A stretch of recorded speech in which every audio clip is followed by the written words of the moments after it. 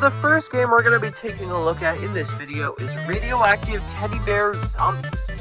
This game is on a website that I played a lot in the computer lab at my school, for ReVamped. The world of this game is overrun by radioactive teddy bears, and you as the player have to save your dad who was captured by the zombies.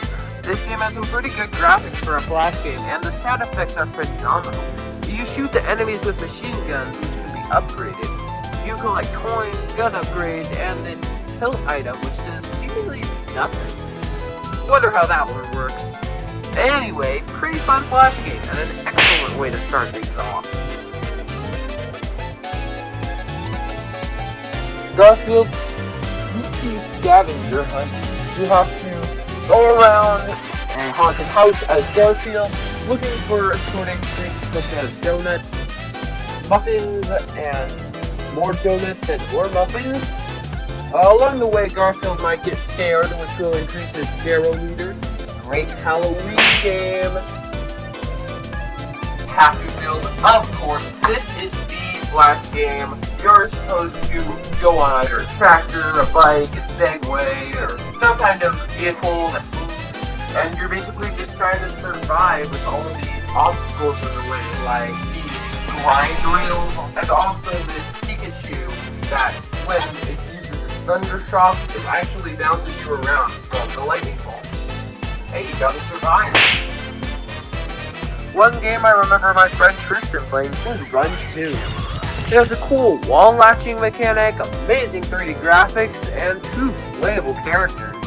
Just all around stellar game. I wanna win. On Frib. This one is a minigame collection, and not a bad one at that. It utilizes the pointer functionality of the cursor and right-clicking on stuff. It's pretty hard in the later levels, but the early game is pretty straightforward.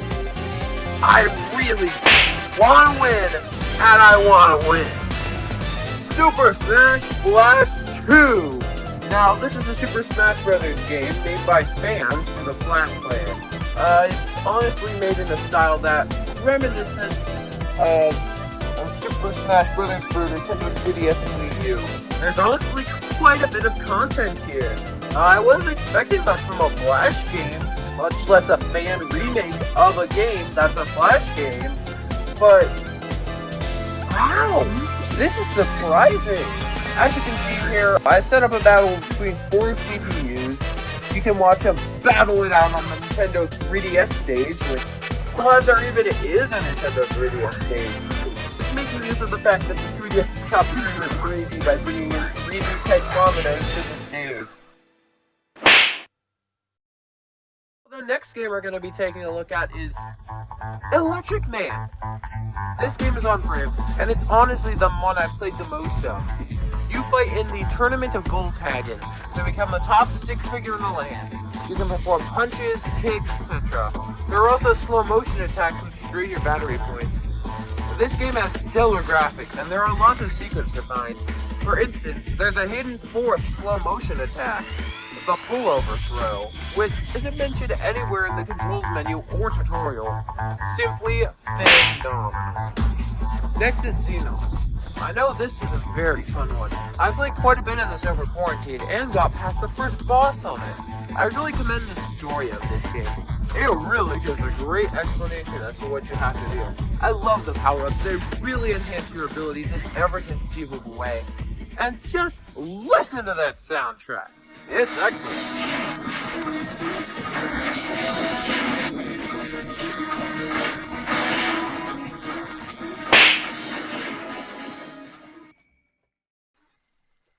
One game that I don't have much to say about is Vampire Physics.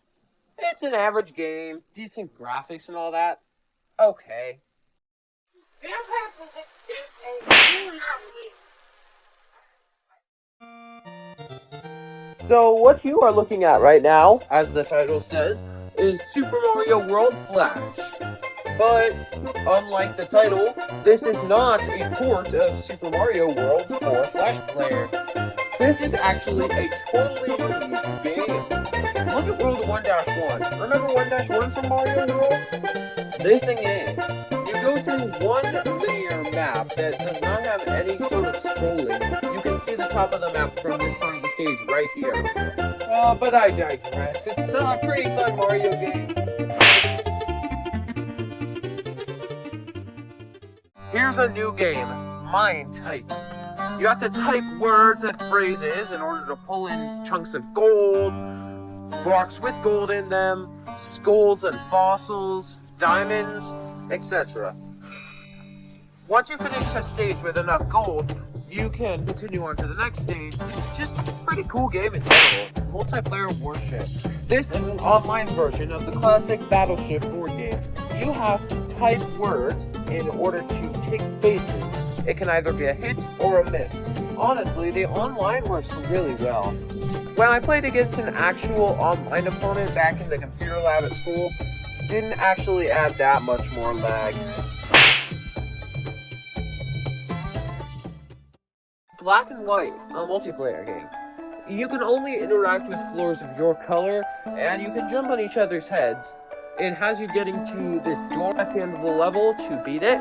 For single player, I mean, you can't. You can only interact with floors of your color, and you can jump on each other's heads. It has you getting to this door at the end of the level to beat it, and you can use a new ASD for it's one player and the other player. It's really two different play. For single player, I mean, you can play but I mean, you can what you guys are looking at right now is Stock Car Hero.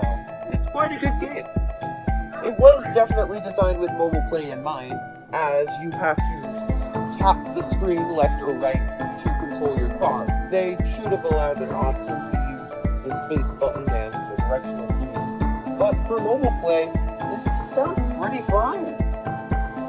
You have to go through one race for each track. Oddly, you can't go back to a previous track to try and get a better position. You can only move on to the next track.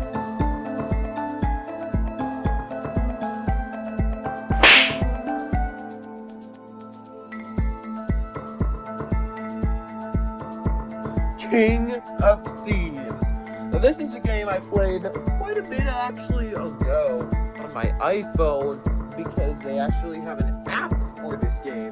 It's on the HTML5 version. You can't access any of the online features, but it doesn't really matter. You're still able to go through the pre-made dungeons as well as make your own in certain cases. The graphics look phenomenal. They're awesome. This game is fun. Oh man, I love it! Okay, so this next game is called Swords and Souls, A Soul Adventure. This game is really in-depth with its combat. You can do normal attacks, special attacks, you can even do a shield move to block some attacks. The enemies you'll face are generally pretty easy. They're like bandits and like thieves. And you have to fight in battles in the stadium, and it's honestly pretty fun. It almost has the art style of like Brawlhalla, and I like that.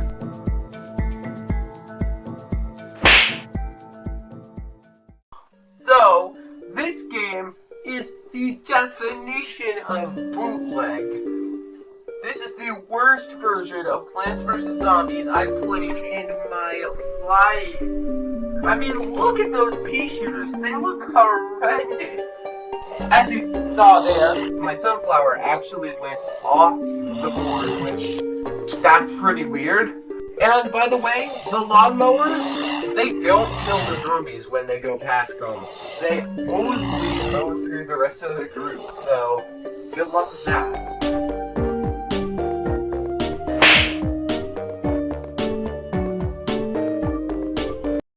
Speed round. So in Mr. Bullet, you're supposed to use bullets to hit these secret agent-looking guys. I would recommend this to anybody who loves shooting at people. Not that you would like that, but if you like it in video games.